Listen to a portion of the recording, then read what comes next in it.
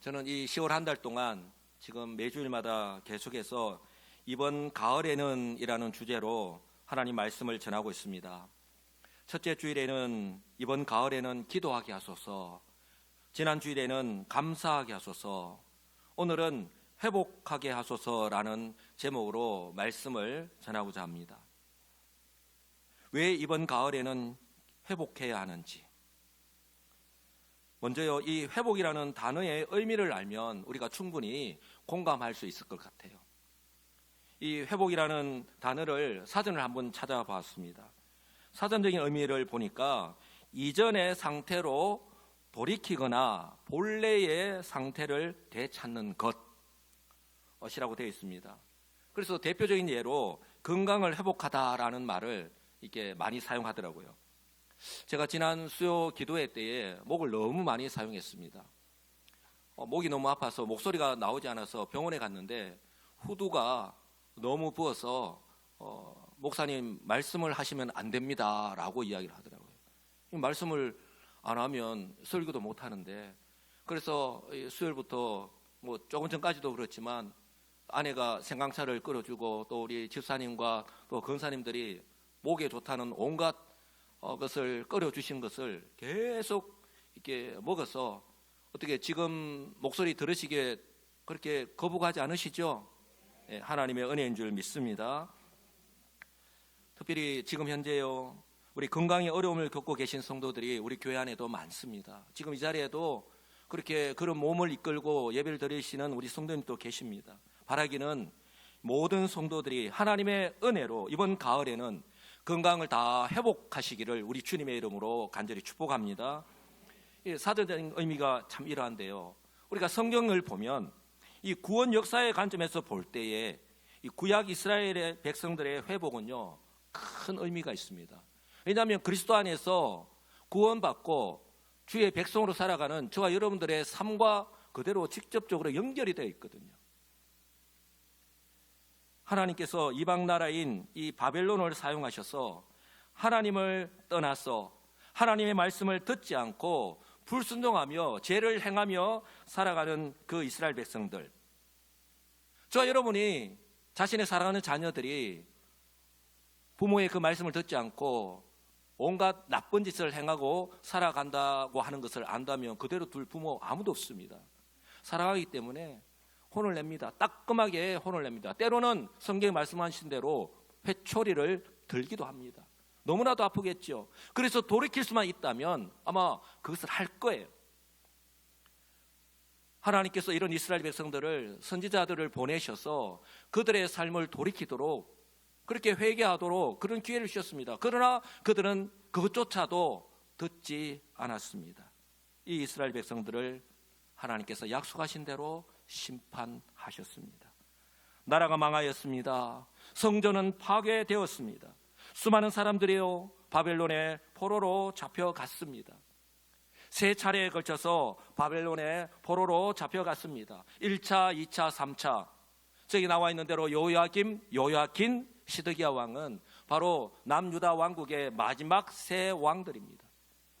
이 시 조선시대 500년 역사에 있어서 우리가 너무나도 잘 알죠. 태정태세 문단세 예승연중 임명선, 광인효연 숙경영, 정순헌철 고순, 그 마지막 세 왕, 철종, 고종, 순종, 마지막 그 세 왕들, 그때의 그 모습이 어땠는가를 우리는 한번 좀 생각해 보면 알 수 있을 거예요. 그런데 이것이 마지막이 아니라는 거예요. 하나님께서는 그들을 심판하셨지만 그들이 멸망하는 것이 목적이 아니었다는 거예요. 그 고통을 통해서 하나님께로 다시 돌아오기를 기다리신 것이죠. 그래서 예레미야 선지자를 통해서 70년 후에 다시 고국으로 돌아올 것이다 예언하셨습니다. 그 약속 그대로 70년 후에 이스라엘 백성들이 고국 예루살렘으로 돌아왔습니다. 세 차례에 걸쳐서 포로로 잡혀갔던 그대로 세 차례에 걸쳐서 다시 고국 예루살렘으로 돌아왔습니다. 특별히 1차, 2차, 3차가 이 예루살렘으로 이렇게 다시 돌아오는 것은, 귀환하는 것은요 참 의미가 있습니다. 1차 때는 왕족인 스룹바벨을 중심으로 돌아왔는데요, 우리가 너무나도 잘 알듯이 바사 왕 고레스가 칙령을 내리죠. 바사는 세계사적으로 보면 페르시아를 의미합니다. 이 바사 왕 고레스가 칙령을 내려서 자, 고국 예루살렘으로 고국으로 돌아가기를 원하는 사람들은 다 돌아가라 칙령을 내렸습니다. 그래서 그때 돌아오기를 원하는 사람들은 다 스룹바벨을 중심으로 돌아왔습니다. 그리고 2차와 3차 때는 아닥사스라 왕이 때인데 시간을 두고 이 연차를 두고 돌아왔는데 2차 때는 학사 겸 제사장인 에스라를 중심으로 돌아왔습니다. 그리고 3차 때는 느헤미야를 이제 총독의 자격으로 이스라엘 백성들을 이끌고 돌아왔습니다. 성도 여러분, 하나님께서 약속하신 대로 그들을 하나님을 떠났을 때에, 말씀을 떠났을 때에 불신앙과 불순종을 하나님 그렇게 심판하셨습니다. 약속하신 대로. 그러나 약속하신 대로 다시 돌아오게 하셨는데요, 우리가 알 수 있는 것은요, 하나님께서 이스라엘을 다시 회복시키시기 위해서 하나하나 스텝 바이 스텝 그렇게 하나하나 준비하는 것을 보게 됩니다. 특별히 아까 제가 귀환할 때의 모습이 참 중요하다 말씀드렸는데 1차 때는 스룹바벨을 중심으로 돌아왔는데 돌아오자마자 그들이 한 것은 그냥 무의미하게 그냥 아무것도 하지 않은 채 자포자기한 채로 그냥 실망하면서 살았던 것이 아니라 이 스룹바벨을 중심으로 성전을 다시 건축하였습니다. 그래서 첫 번째 성전이 솔로몬 성전이라면 바로 두 번째 성전은 스룹바벨을 중심으로 지었다고 해서 스룹바벨 성전이라고 합니다. 그 규모와 안의 내용물은 비교할 수가 없습니다. 그래서 그때 감격과 함께 그런 너무나도 초라한 스룹바벨 성전을 보면서 그것을 아는 그 백성들이 참 참회의 눈물, 그 안타까움의 눈물을 흘렸던 것을 우리는 성경을 통해서 너무나도 잘 알고 있습니다. 그리고 느헤미야를 중심으로는 이 무너져버린 성벽을 재건하였습니다. 그리고요, 오늘 본문이 8장인데요. 바로 앞인 7장에 보면 포로에서 돌아온 사람들을 일일이 다 기록을 하고 있는데요. 지파별로, 가문별로 이렇게 귀환한 사람들의 숫자를 그렇게 말씀합니다. 특히 우리가 눈여겨볼 것은요, 그 숫자 가운데에 제사장과 레위 사람들이 포함되어 있었다라고 하는 사실입니다. 제사장과 레위 사람들이 하는 역할이 뭡니까? 성전 봉사자들입니다. 이런 측면에서 보면 굉장히 중요한 의미가 있죠. 성도 여러분, 그슬 올라가서 하나님께서 천지를 창조하실 때에 사람부터 먼저 창조하지 않았습니다. 하나님의 형상으로 지음받은 그 사람들은 맨 마지막 날, 여섯째 날에 하나님께서 바로 다스리라고 명령을 하셨는데 그 다스릴 수 있는 모든 환경들을 다 창조하신 후에 보시기에 좋았더라 그렇게 말씀하실 정도로 완벽하게 다 만드시고 난 뒤에 마지막으로 하나님 형상으로 지으신 그 사람들, 하나님 보시기에 참으로 좋았더라 라고 말씀하시면서 이와 마찬가지로요, 하나님께서 스룹바벨을 중심으로 먼저 와서 성전을 다 짓게 만들고 또한 학사 에스라를 중심으로 이제는 율법의 말씀을 그들에게 선포해서 그들의 마음을 이제는 돌이킨 후에 이제 이 성전 봉사자들이 돌아온 거예요. 그 무엇보다도 중단되었던 제사, 즉 예배가 회복되는 것을 의미합니다. 1차 기환 후에 무너진 성전부터 다시 건축한 것이 결코 우연이 아니다라고 하는 사실입니다. 왜냐하면 이 이스라엘 백성들에게 가장 먼저 우선적으로 필요한 것이, 그리고 중요한 것이 바로 단절된 하나님과의 관계 회복이기 때문에 그렇습니다. 이런 측면에서 볼 때 오늘 본문은 이스라엘 백성들이 이처럼요 다시 영적으로 회복하기 위해서 필요한 것이 무엇인지, 그리고 그 회복의 주체가 누구인지, 이거는 정말 중요합니다. 저와 여러분들의 평생의 신앙 생활을 하는 데 있어서도 나를 회복시키는 분이 누구인가, 그 주체가 누구인가 하는 것은 굉장히 중요합니다. 만약에 이스라엘 백성들이 이것을 깨달았다면, 기환해서 이 모든 과정들을 거치면서 깨달았다면 이미 회복은 시작이 된 것이죠. 그리고 이 회복을 어떤 과정을 통해서 이루어지는지, 그리고 마지막으로요, 그 결과 이 이스라엘 공동체에 어떤 변화가 일어났는지, 오늘 성경은 우리에게 이것을 교훈합니다. 바라기는요, 오늘 느헤미야서의 이 말씀을 통해서 포로 귀환 후에 이 이스라엘 백성들의 회복 여정을 따라가면서 우리의 영적인 회복을 위해서 필요한 것이 무엇인가? 저는 오늘 세 가지 핵심을 우리가 깨닫기를 원합니다. 첫째는요, 회복은 하나님의 뜻입니다. 한번 따라서 할까요? 회복은 하나님의 뜻입니다. 아멘이십니까? 예, 회복은 하나님의 뜻입니다. 우리가 그저 실패할 수 있죠. 그러나 그 자리에 머물러서 실패자로 살아가기를 원하지 않으십니다. 둘째는요, 회복의 길은 말씀으로 돌아가는 것입니다. 아멘이십니까? 따라서 할까요? 말씀으로 돌아가는 것입니다. 예, 우리 성도의 삶의 기준이 바로 하나님의 말씀이라는 것입니다. 우리가 예수를 믿고 하나님 말씀 중심으로 살아간다고 하지만 정작 우리의 삶을 돌아보면 얼마나 하나님 말씀 중심으로, 하나님 말씀을 몰라서 내 생각이 하나님 말씀인 줄 착각하고 살아갈 때가 너무나도 많다는 것을 생각할 때에 오늘 진정한 회복은 말씀으로 돌아가는 것임을 다시 한번 더 깨닫게 되기를 주님의 이름으로 축복합니다. 셋째는요, 회복은 말씀으로 인한 참된 기쁨이에요. 이것을 회복하는 거예요. 한번 따라서 할까요? 말씀으로 인한 참된 기쁨을 회복하는 것. 이 같은 은혜를 누리시기를 주님의 이름으로 축복합니다. 예, 그래서 정말 이번 가을 모든 것이 풍성하는 또는 추수의 계절, 기도의 계절, 이 가을에 이처럼요, 저와 여러분의 삶에 영적인 대전환이, 영적인 회복이, 영적인 대부흥의 역사가 일어나기를 우리 주님의 이름으로 간절히 축복합니다. 먼저요, 이스라엘의 회복은 하나님의 뜻입니다. 우리는 성경을 통해서 이것을 알 수 있습니다. 세 차례에 걸쳐서 귀환한 이스라엘 백성들, 오늘 성경을 보니까 가문별로 자기들의 성읍에 거주하고 있었습니다. 이스라엘 백성들은 내가 살고 싶은 곳에 마음대로 살지 않았습니다. 지파별로 땅을 분배받았습니다. 좀 더 세부적으로 들어가면 그 지파 안에서도 가문별로 다 땅을 이렇게 분배받아서 살았던 것이죠. 그런데 오늘 성경을 보니까 7장 73절과 그리고 8장 1절에요, 반복해서 이 말씀을 하고 있는 거예요.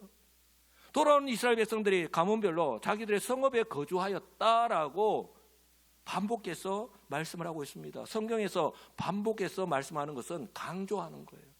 뜻이 있다는 것입니다. 이유가 있다는 것이죠. 저는 이 말씀을 준비하면서 묵상을 하면서 이스라엘 백성들이 마치 오늘을 기다린 것 같다는 생각을 하게 되었습니다. 왜냐하면 1절을 보시면 일곱째 달이 되었을 때라고 말씀을 합니다. 때가 언제인지를 말씀을 합니다. 그리고 2절을 보면 좀 더 구체적으로 일곱째 달 초하루라고 좀 더 구체적으로 말씀을 합니다. 이스라엘 백성들에게 있어서 날은요, 굉장히 의미가 있고 중요합니다. 왜냐하면 하나님께서 율법을 통해서 그들이 지켜야 하는 날로 정해놓은 날들이 있기 때문에 그렇습니다. 바로 일곱째 달 첫째 날이 바로 그런 날이라는 것이죠. 먼저 일곱째 달은 계절적으로요, 가을로 접어드는 날입니다. 우리로 그냥 7월 1일로 생각하면 안 됩니다. 지금 우리나라의 그 이스라엘을 보면 한 9월 달로 보시면 될 것 같아요. 왜냐하면 초막절이 9월이기 때문에 우리로 치면. 그리고 일곱째 달 초하루는요, 이스라엘 백성들에게 정말 중요한 의미가 있는 날입니다. 자, 유대력으로 보면 1월 1일입니다. 1월 1일은 어떤 날이죠? 새해를 시작하는 날입니다. 그래서 이 날은요, 새해가 시작되었다라고 하는 것을 나팔을 길게 불러서 알려줍니다. 새해가 시작되었습니다. 그들은 나팔 소리를 들으면서 새해가 시작되었구나 하는 것을 알 수 있습니다. 그런가 하면요, 종교력으로는 7월 1일, 7월 첫째 날, 바로 이스라엘 절기상 따라서 할까요? 나팔절. 예, 나팔절입니다. 아마 들어보셨을 거예요. 이날은 나팔을 크게 불어서 이스라엘 백성들이 이제 7월 1일이 나팔절이고 10일 후에 대속죄일이 있습니다. 한번 따라서 할까요? 대속죄일. 예, 7월 10일이 대속죄일인데요. 10일 후에 있는 대속죄일을 지금부터 이스라엘 백성들이 진실한 마음으로 속죄하고 경건한 마음으로 준비해야 된다라고 하는 것을 알려주는 거예요. 왜냐하면 이 7월 10일 날 대속죄일이 이스라엘 백성들의 정말 중요한데요, 바로 이날 이스라엘 백성들의 모든 죄가 사함받는 날이기 때문에 그렇습니다. 그래서 그 대속죄일에 1년에 딱 하루 지성소문이 활짝 열립니다. 지성소문이 열리는 날입니다. 뭐 그렇다고 너나 내나 아무나 이 이스라엘 백성들이 지성소로 들어갈 수 있는가? 아닙니다. 그날 순번이 된 대제사장이 자신들의 그 죄를 위해서 황소의 피를 가지고, 그리고 이스라엘 백성들의 그 모든 죄를 가지고 염소의 피를 가지고 이 지성소에 들어가서 바로 의식을 치릅니다.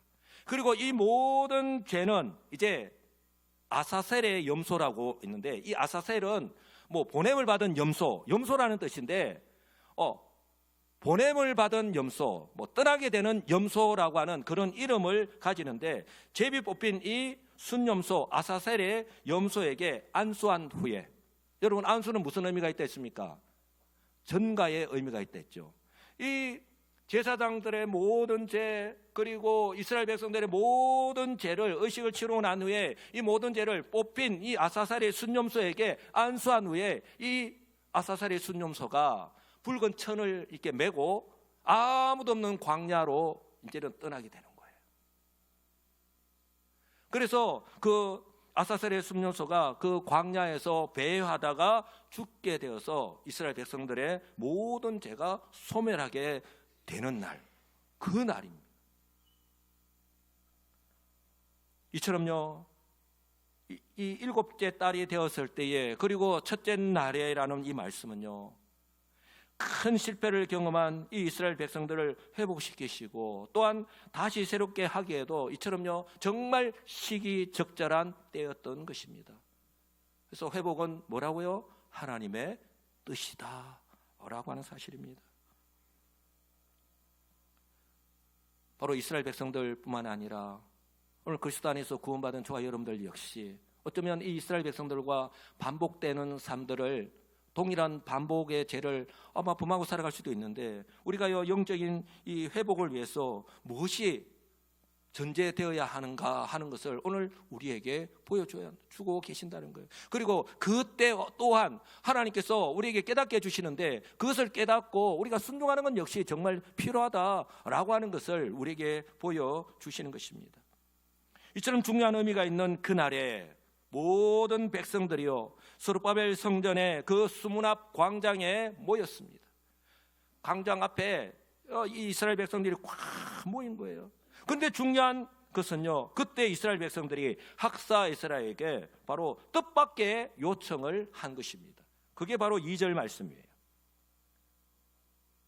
여호와께서 이스라엘에게 명령하신 모세의 율법책을 가져와 주십시오라고 요청을 한 겁니다. 정말 대단하지 않습니까? 이전에 이스라엘 백성들의 모습은 어떻습니까? 선지자를 보내서 하나님의 말씀 선포할 때 그들은 듣지도 않았던 사람들이에요. 심지어 죽이려고까지 했던 사람들이에요. 그런데 오늘 이스라엘 백성들이 여호와께서 이스라엘에게 명령하신 모세의 율법책을 좀 가지고 오십시오. 그냥 율법책을 가져오라고 하면 되는데, 성경은요 여호와께서 이스라엘에게 명령하신 모세의 율법책을 가져와 주십시오. 나와 상관이 없는 책이 아니라 나와 직접적으로 연관이 있는 책이라고 하는 거예요. 성도 여러분, 이달백이라고 들어보셨습니까? 이달백. 이스라엘 백성들이 달라졌어요. 이달백. 오늘 이 모습 속에요, 이 이스라엘 백성들의 마음속에 어떤 간절함이 있었는지 느껴지십니까? 그냥 아무런 의미 없이 학사 이스라엘에게 하나님께서 이스라엘에게 명령하신 모세의 율법책을 가지고 오라고 하지 않잖아요. 바로 어떻게 이런 일이 가능하였을까요? 바로 이스라엘 백성들이 달라졌기 때문입니다. 아니, 달라질 수밖에 없었다고 저는 생각합니다. 왜냐하면 그들은 이미 실패의 선잔을 맛보았습니다. 그리고 이 귀환해서 성전을 지으면서 또 율법을 말씀을 들으면서 이런 영적인 지도자들의 가르침을 받으면서 그들의 조상들과 같은 실패를 되풀이하지 하지 않기 위해서는 어떻게 해야 하는지, 하나님을 떠나서는 그들이 아무것도 아니고 아무것도 할 수 없고 하나님의 은혜 없이는 살아갈 수 없다라고 하는 것을 비로소 깨닫게 된 것이죠. 이러한 움직임들이요 점차 시간이 지나면서 구체화되어 나타났고, 바로 이스라엘의 가장 큰 명절 중에 하나인 바로 이 나팔절에 그들이 이 나팔절을 D-Day로 잡고, 어떻습니까? 오늘 동일한 마음을 가지고 마치 약속이나 한 듯이 이 수문 앞 광장에 다 모였던 것입니다. 이처럼 실패의 큰 터널을 통과한 이스라엘 백성들이 회복을 위해서 필요하다고 판단하고 선택한 것이 무엇이라고요? 환경이 아닙니다. 이방 나라가 아니에요. 사람들이 아닙니다. 바로 하나님의 말씀. 오늘 성경은요 풀네임을 우리에게 말씀합니다. 여호와께서 이스라엘에게 명령하신 모세의 율법책. 바로 여호와 하나님께서 그리스도 예수 안에서 구원받은 우리 성도 한 사람 한 사람에게 주신 이 하나님의 말씀, 성경 말씀입니다. 할렐루야. 바로 비로소 이 이스라엘 백성들이요 시편 기자의 고백을 이제는 깨닫게 된 것입니다. 고난당한 것이 내게 유익이라. 이로 인하여 내가 주의 율례를 배우게 되었나이다. 할렐루야. 그런가 하면요 주의 말씀은 내 발의 등불이요 내 길의 빛이니이다 라고 하는 말씀 그대로입니다. 성도 여러분, 지금이 그 어느 때보다 어두운 시대입니다. 그러나 세상은 어떻습니까? 밤만 되면 환한지 몰라요. 얼마나 환한지 모릅니다. 지금이 밤인지 낮인지 모를 정도로. 그러나 영적으로 볼 때에 얼마나 어두운 시대인 것을 우리는 바라볼 수 있어야 합니다. 이 어두운 시대적 환경 속에서 우리가 하나님 말씀을 떠난다면, 하나님을 떠난다면 우리는 걸려 넘어질 수밖에 없고 죄악 가운데 살아갈 수밖에 없는 것이죠. 그들이 이런 경험을 했기 때문에 오늘 그들이 학사 에스라에게 그것을 요청하였던 거예요. 이스라엘 맞습니까? 이스라엘 백성들이 그렇게 달라졌던 것처럼 저와 여러분들 역시 얼마든지 달라질 수 있다고 하는 것 여러분들 기억하시기 바랍니다. 제사장금 학사 에스라가 그들의 요청대로 그 율법책을 가지고 이스라엘 백성들 앞에 섰습니다. 그리고 특별히 지은 나무 강단, 그전에는 강단이 없었겠죠. 바로 오늘 말씀을 선포하기 위해서 특별히 지은 강단 위에 이 학사 에스라가 서서 율법책을 한 글자 한 글자 읽어 내려갔습니다. 여러분 그 장면을 한번 생각해 보시기 바랍니다. 학사 에스라의 마음이 어땠을까요? 여러분 학사 에스라의 마음에 지금 감격이 밀물처럼 몰려오지 않았겠습니까? 우리에게도 이런 날이 오기는 오는구나. 하나님이 우리를 버리지 않으셨구나. 우리를 다시 회복시키기를 원하시는구나. 오늘 이스라엘 백성들 목숨 역시 마치 하나님 앞에 서 있는 것처럼 경건하고 겸손한 모습입니다. 오늘 성경에 기록하고 있는 이 이스라엘 백성들의 모습을 한번 보시기 바랍니다. 정말 하나님 앞에 서 있는 것처럼 경건하고 겸손한 모습입니다. 학사 에스라가 율법책을 딱 폈을 때에, 제가 매주일마다 오늘 하나님께서 10월 셋째 주일에 우리에게 주신 계시의 말씀입니다. 딱 그 말씀하기 전에 우리가 성경 말씀을 딱 펼 때에, 에스라가 율법책을 딱 폈을 때에 모든 백성들이 어떻게 했다고요? 펴거나 말거나 그냥 웅성웅성하고 그대로 있었던 것이 아니라 모든 사람들이 일제히 다 일어났습니다.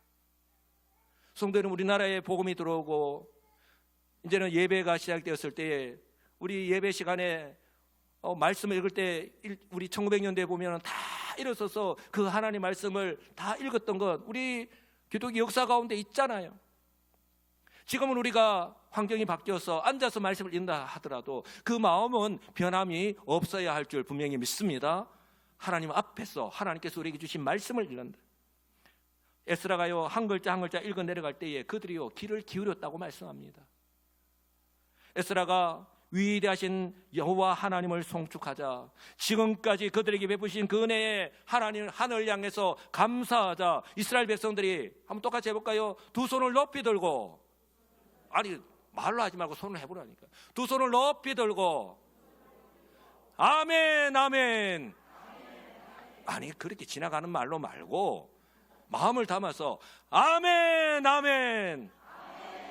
예, 이스라엘 백성들이요 학사 에스라가 하나님께서 베푸신 그 은혜를 생각하고 송축할 때에 그렇게 두 손을 들고요 아멘 아멘 아멘 아멘의 뜻이 무엇입니까? 진실로 그러합니다, 진실로 그러합니다라는 뜻이잖아요. 그렇게 화답하였습니다. 그리고요, 몸을 굽혀서 땅에 대고 경배하였습니다. 우리는 하나님 앞에서 아무것도 아닌 존재라는 것이죠. 그리고 다 울었습니다. 하나님이 말씀이 선포될 때에 그들 속에서 우리 하나님께서 역사하신 것이죠. 슬픔과 회개의 눈물입니다. 그와 동시에 감사와 감격의 눈물입니다. 바라기는요, 우리 예배 가운데 하나님 말씀 선포될 때 우리 가운데도 이런 은혜의 역사가 있기를 주님의 이름으로 축복합니다. 그리고 더 중요한 것, 새벽부터 정오까지 거의 한 6시간 정도 돼요. 이 긴 시간이었음에도 불구하고 불평하거나 일어나서 그 자리를 떠난 사람이 한 사람도 없었습니다. 그런데 오늘로 그치지 않고 심지어요, 그 다음 날에는 백성의 족장들을 비롯해서 제사장과 레위 사람들이 따로 이 율법의 말씀을 듣기 위해서 학사 에스라를 찾아왔습니다. 우리도 하나님의 말씀을 좀 따로 듣기를 원합니다. 영적인 지도자들이요, 나는 이 정도면 됐어. 아닙니다. 이렇게 시작된 소위 말씀 사경회가요, 일주일 동안 계속되었다고 오늘 18절에서 말씀합니다. 에스라가 계획한 것이 아닙니다. 바로 하나님의 은혜가 그들에게 임한 것이죠. 어떤 은혜의 역사가 일어났습니까? 하나님께서 그 자리에 임재하셔서 그들의 마음을 어루만져 주셨습니다. 그들의 지은 죄와 허물들이 생각나게 해주셨고, 회개하는 마음을 허락해 주셨고, 그리고 그들의 죄를 다 용서해 주셨습니다. 성도 여러분, 그들을 다시 회복시키시는 분이 누구인가? 바로 그들에게 율법을 주신 분, 지금 학사 에스라를 통해서 선포되는 말씀을 통해서 깨닫게 하시는 분이신 여호와 하나님이신 줄 믿으시기 바랍니다. 지금도 그 하나님은 동일하게 역사하십니다. 그러니 이 같은 하나님의 은혜의 역사가 있으니까 오늘 성경은 이렇게 말씀하잖아요. 12절에서 모든 백성이 곧 가서 먹고 마시며 나누어주고 크게 즐거워하였다라고 말씀합니다. 어떻게 이런 일이 일어났습니까? 그 하나님 말씀이 선포될 때에 우리 하나님께서 또 세워주신 그 영적인 지도자들이 말씀을 밝히 깨달아 알 수 있도록 가르쳐 주었더니 그 읽어 들려준 말을 밝히 압니다라고 말씀을 하고 있습니다. 수문학 광장에 모이기 시작했을 때 이스라엘 백성들의 모습과 이처럼요, 율법이 선포되고 깨닫는 은혜가 임하고 난 뒤에 그들의 모습은 완전히 지금 완전히 달라진 모습을 우리는 발견하게 됩니다. 사랑하는 성도 여러분, 바로 이것이 그들을 향하신 하나님의 뜻입니다. 말씀을 통해 역사하시는 그 하나님의 은혜로 회복이 된 그들의 모습입니다. 슬픔과 근심이 변화해서 기쁨과 감사가 넘치는 그들의 모습입니다. 할렐루야. 그런데 오늘 성도 여러분, 이스라엘 백성들이 오늘 수문학 광장에서 행하는 이 모습 왠지 좀 익숙하지 않습니까? 이 모습 처음 보십니까? 왠지 익숙하지 않습니까? 바로 저와 여러분이요, 매주일 예배를 드리는 모습이에요. 저와 여러분들 예배를 어떻게 드립니까? 저와 여러분들 어떤 마음으로 주 앞에 나옵니까? 동일한 마음을 가지고 나오지 않습니까? 임내성을 부를 때 저와 여러분들 다 일제히 일어났어. 그렇게 예배를 시작을 합니다. 그리고 교동문을 읽고 오늘 우리에게 주시는 하나님 말씀 성경을 읽고 또한 성가대의 찬양으로 하나님께 영광을 돌립니다. 그리고 하나님의 말씀, 선포되는 하나님 말씀을 듣습니다. 바로 저와 여러분이요, 한 사람 한 사람이 개인적으로가 아니라 바로 하나님께서 이 교회 공동체로 모여서 하나님 앞에 예배를 드리게 하십니다. 어떻습니까? 오늘 이 수문학 광장에 이 이스라엘 백성들 새벽부터 정오까지 6시간 동안 긴 말씀이 선포되는 동안에도 불평 없이 이렇게 할 수 있었던 것 한번 따라서 할까요? 간절한 사모함. 예, 그들에게요, 간절한 사모함이 있었기 때문이에요. 이 간절함이라는 한 단어만 하더라도 정말 이 마음이 와닿는데 간절한 사모함이 그들 가운데에 있었기 때문입니다. 수많은 고난을 통해서 하나님 없이는 안 된다라고 하는 그 간절함, 그 간절한 마음이요, 그들의 마음을 사로잡았기 때문입니다. 사랑하는 성도 여러분, 우리는 지금 어떤 모습으로 살아가고 있습니까? 살아가는데 별 어려움이 없습니까? 오늘 저와 여러분은 지금 어떤 마음과 자세로 이 자리에 서 있습니까? 나는 그들처럼 하나님 앞에 서 있다는 그런 경건함과 겸손함으로 하나님을 예배하고 계십니까? 나는 선포되는 말씀을 내 발에 등불이요 내 길에 빛으로 받고, 그리고 그들처럼 아멘 아멘으로 그렇게 화답하십니까? 나는 그들처럼 말씀을 깨달음으로 인한 그 죄를 회개하는 슬픔의 눈물과 동시에 하나님의 관계가 회복된 그 기쁨과 감격의 눈물이 저와 여러분들 가운데에 있습니까? 하나님께서는요, 그 당시 수문학 광장에 그 임재하셨던 것처럼 지금 또 이 예배 가운데 임재하셔서 바로 저와 여러분을 회복시키시기를 원하십니다. 바로 그 회복의 문은 바로 말씀으로 돌아가고자 하는 우리의 간절하고 그런 사모하는 마음 앞에 활짝 열려 있음을 믿으시기 바랍니다. 바라기는요, 이번 가을에는 그 어떤 핑계와 타협을 다 내려놓고 뒤로 하고 말씀을 붙잡아서 슬픔이 변하여서 기쁨으로 변하는 그런 회복의 역사를 경험하는 계절이 되시기를 우리 주님의 이름으로 간절히 축복합니다. 그리고 오늘 중요한 한 가지 사실 우리에게 말씀하는데, 바로 혼자가 아니라 교회 공동체를 통해서 역사하신다는 거예요. 바로 하나님께서 이스라엘 공동체로 부르셨고 그들에게 회복의 은혜를 베푸시고 역사하신 것처럼 바로 오늘 저와 여러분들 역시요, 교회로 부르셨고 교회 공동체로 부르셨고 이 교회 공동체를 통해서 하나님께서 역사하신다는 거예요. 바로 그들에게 제사장 겸 학사 에스라가 있었죠.